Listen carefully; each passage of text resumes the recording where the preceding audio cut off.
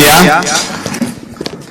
Mas Thomas ini pertanyaannya yang nggak mungkin dijawab gitu. Baik.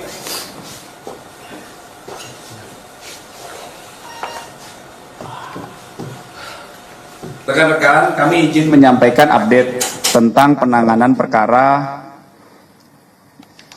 dugaan tindak pidana pencemaran nama baik dan atau fitnah dan atau manipulasi penciptaan, perubahan, pengerusakan informasi elektronik yang dianggap seolah-olah data yang otentik dan atau mengubah, mengurangi, melakukan transmisi, merusak, memindahkan, menyembunyikan suatu informasi elektronik milik orang lain.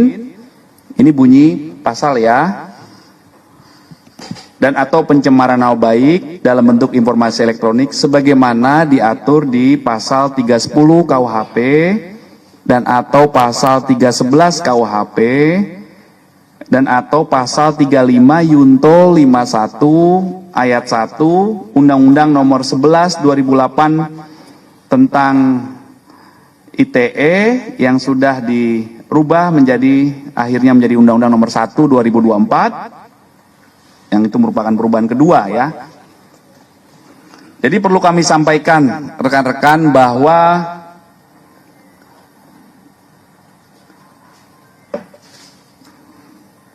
terlapor dalam kasus yang dilaporkannya adalah dalam penyelidikan. Kemudian pelapornya adalah saudara JW.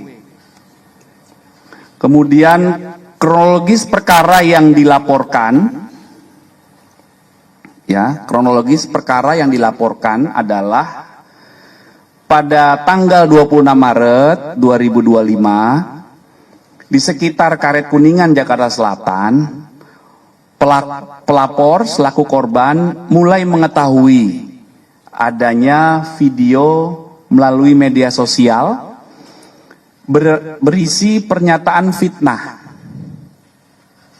dan pencemaran nama baik dengan pernyataan ijazah palsu S1 dari sebuah universitas milik pelapor atau korban, yang selanjutnya pelapor meminta kepada ADC atau ajudannya dan kuasa hukum untuk mengumpulkan bukti-bukti dari berbagai media sosial dan mengingatkan kepada pihak yang membuat pernyataan dan konten berisi fitnah dan pencemaran nama baik tersebut sebagaimana yang dinyatakan diantaranya oleh yang pertama RHS, yang kedua RSN, ya, yang ketiga TT, yang keempat ES, dan yang kelima KTR. Atas kejadian tersebut, korban merasa dirugikan hingga pada tanggal 30 April mendatangi SPKT Polda Metro Jaya untuk dilakukan proses hukum. Setelah menerima laporan ini, Polda Metro Jaya menindaklanjuti. Dalam hal ini, tim penyelidik dari Subdit Kamnek Ditreskrim Polda Metro Jaya. Tahap awal yang dilakukan pengambilan keterangan dalam rangka klarifikasi dalam tahap pendalaman, yaitu proses penyelidikan. Pelapor sudah diambil keterangan.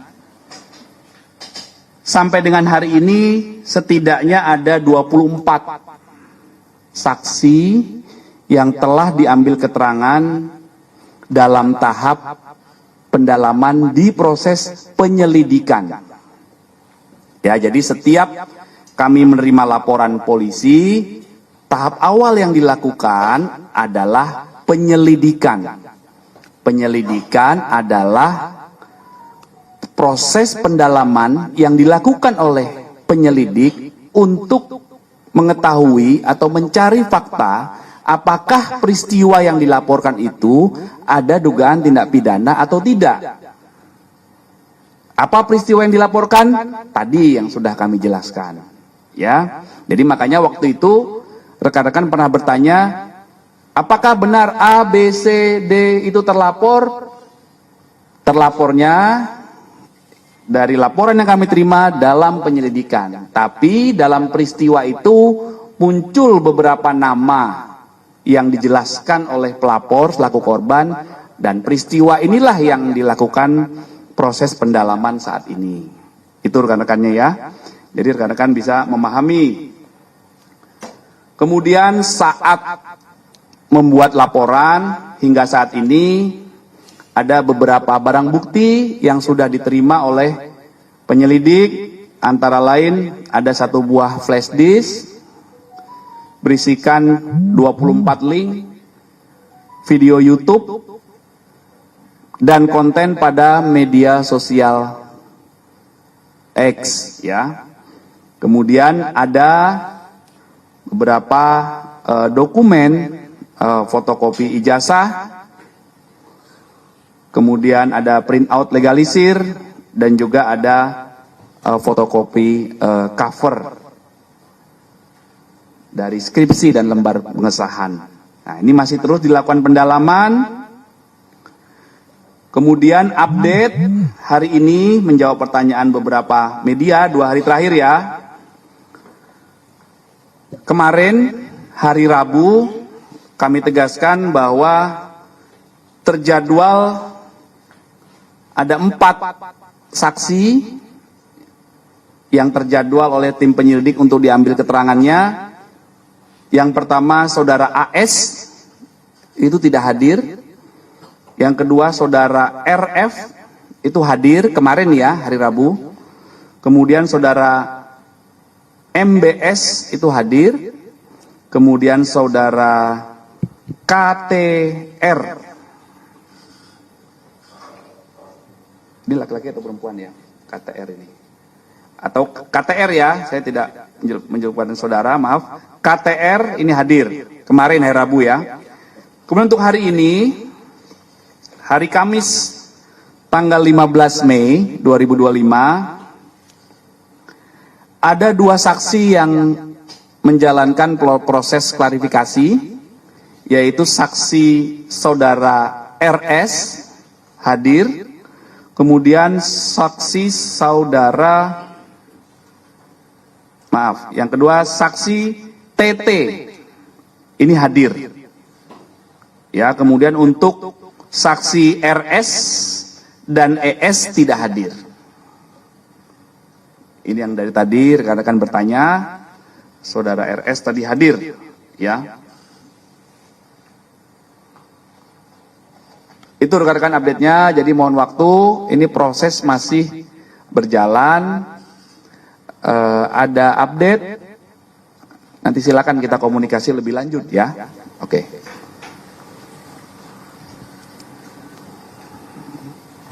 Ada pertanyaan? Iya. Berarti pihak kepolisian sudah mengantongi ijazah milik pelapor JW dan lembar pengasahan skripsi milik pelapor. Fotokopi.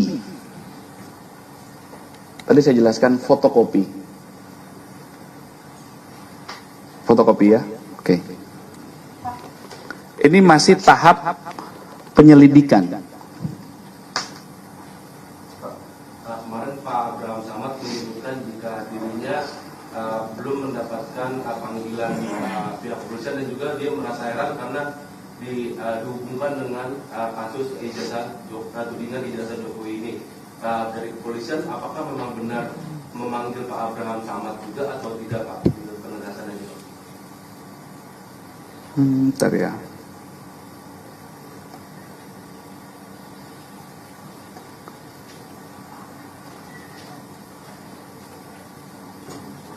Sudah, informasi dari penyelidik, undangan sudah dikirimkan.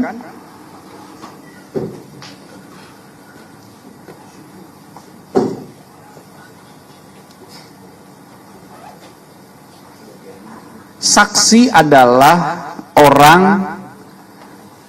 berdasarkan fakta yang ditemukan oleh tim penyelidik. Jadi saat ini tahapnya namanya penyelidikan. Dan tahap penyelidikan ini, penyelidik mengumpulkan fakta-fakta dari pelapor, dari korban, kemudian saksi-saksi yang dijelaskan oleh korban, kemudian dari peristiwa utuh muncul saksi-saksi. Jadi siapapun yang dipanggil saksi oleh tim penyelidik, maka pasti dibutuhkan keterangannya untuk membuat peristiwa ini menjadi utuh di tahap penyelidikan awal. Ya, sekali lagi, penyelidikan adalah upaya penyelidik untuk mengumpulkan fakta untuk menentukan. Ya, halo teman-teman, kembali bersama saya di channel MES 2045 yang membahas seputar politik, pendidikan, hingga budaya. Ya, terkait persoalan ijazah palsu atau aslinya punya Presiden ke-7 Republik Indonesia, Joko Widodo, ya sampai sekarang menjadi penuh dengan tanda tanya. Ya, dan bahkan ini sudah dibawakan ke ranah hukum. Dan tadi juga dari Polda Metro Jaya telah menyampaikan usai mengetahui atau terkait kasus ijazah Pak Jokowi. Benarkah ijazah Jokowi asli atau benarkah palsu? Atau benarkah beliau lulusan Universitas Gadjah Mada? Seperti klarifikasi oleh pihak UGM yang mengatakan bahwa Pak Jokowi memang lulusan Universitas Gadjah Mada tahun 1985. Tetapi ada yang mengatakan saya nggak kenal Jokowi, katanya. Ada bahkan banyak yang sudah speak up dan bahkan menunjukkan ijazahnya ke media sebagai bukti bahwa dia punya ijazah dan punya lulusan. Tetapi kenapa Pak Jokowi enggan terlihat untuk memunculkan ijazah itu yang katanya punya aslinya gitu ya, tapi ya itu tadi tak kunjung muncul ke permukaan. Dan sekarang katanya sudah diserahkan ke Barreskrim untuk diteliti uji digital forensik kalau nggak salah. Kalau saya salah silakan dikoreksi saja ya. Oke, terkait hal ini saya coba melihat bagaimana penyampaian dari masyarakat Indonesia, teman-teman kita. Tentu ini menjadi suatu penilaian masyarakat Indonesia terkait hal ini. Waduh, ijazah asli kok belum diserahkan, hanya fotokopi saja. Jadi hanya fotokopi yang diserahkan. Artinya, kenapa yang asli tak muncul ke permukaan? Yang diserahkan fotokopi. Kok jadi gatal kepala saya ya. Bagaimana mungkin kita bisa mengetahui kalau fotokopi? Fotokopi kan palsu, karena fotokopi bukan asli. Bercanda ya. Nah, tentu memang kalau fotokopi ya sama aja seperti yang tersebar di media sosial, di Google, di YouTube, gitu ya. Soal ijazah fotokopian itu, kan dikatakan palsu. Ya palsu aja lah, nama juga fotokopi.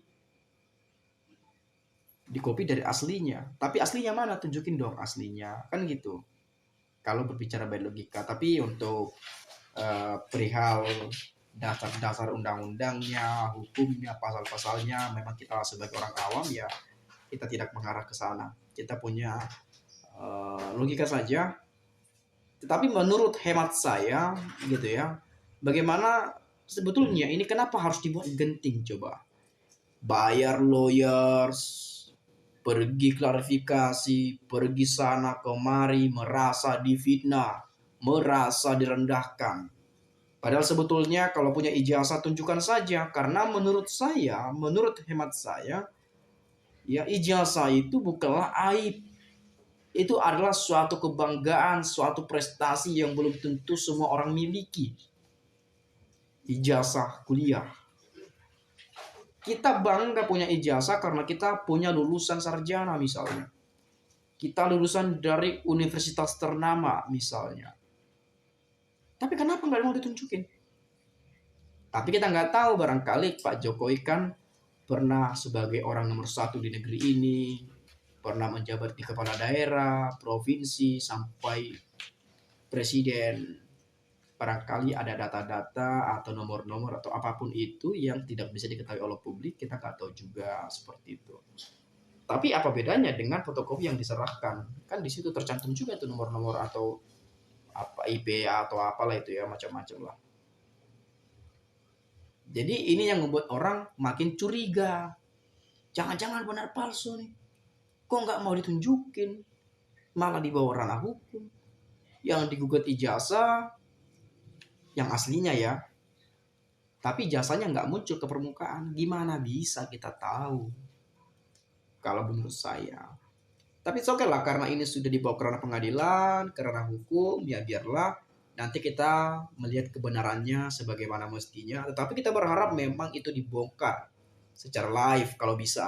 Agar semua masyarakat Indonesia tahu siapa yang benar, siapa yang salah, mana yang asli, dan mana yang palsu. Kurang lebih seperti itu ya.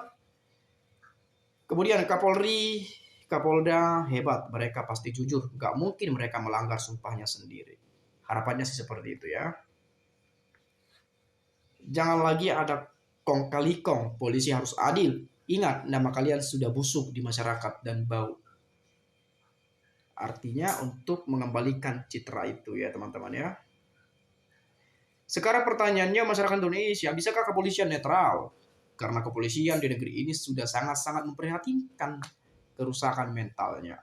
Mental korup, bayar. Tapi nggak semua seperti itu loh teman-teman ya. Kawan-kawan saya banyak tuh yang polisi ya. TNI juga banyak kawan-kawan saya. Tapi ya kalau kita melihat bahwa ya memang ada saja kita lihat berita-berita, informasi, bahkan polisi, tiba polisi pun ada. Tetapi kan tidak semua seperti itu. Jadi ya meskipun kita mengatasnamakan polisi, tapi kita sebutkan saja lah oknum gitu ya. Oknum polisi. Saya percaya sekali sampai saat ini masih banyak polisi yang baik-baik ya. Yang mengayomi, membantu, dan lain sebagainya. Terlepas kita pernah menyaksikan polisi misalnya berbuat seperti ini, itu, dan lain-lain yang tidak menyenangkan atau yang tidak sesuai dengan apa yang seharusnya dilakukan sebagai aparat kepolisian, sebagai keamanan, mengayomi, dan lain sebagainya. Itu mungkin ya 1/1000 lah gitu ya, atau 1/100, kurang lebih seperti itulah. Sama juga seperti hakim misalnya. Hakim kan ada kemarin tuh yang ketangkap karena korupsi atau disup atau apa tuh ya, kasus sup atau kasus korupsi. Kemarin ada tuh hakim, tapi nggak semua hakim seperti itu. Bayangkan seorang hakim loh, tapi nggak semua seperti itu ya teman-teman ya. Itu hanya beberapa orang saja lah. Ada, kalau kita sih bilang nggak ada, pasti ada. Saya rasa ada lah, tapi yang nggak semua gitu ya. Paling beberapa orang lah seperti itu. Dan kita percaya kepada Kapolda bagaimana mereka bisa menuntaskan ini dengan selesai, karena ini udah genting-genting sekali saya lihat nih ya. Kayak udah semakin gaduh di tengah-tengah masyarakat. Dengan penutupan datanya, ini benar nggak nih, asli atau enggak nih. Bahkan sampai UGM pun digugat tuh. Dan UGM sekarang juga mulai mengumpulkan bukti-bukti. Jadi semua sudah banyak yang terlibat ya. Yang speak up juga sudah banyak ya. Yang muncul ke permukaan pun sudah mulai banyak, dan lain seterusnya. Mungkin itu saja lah ya.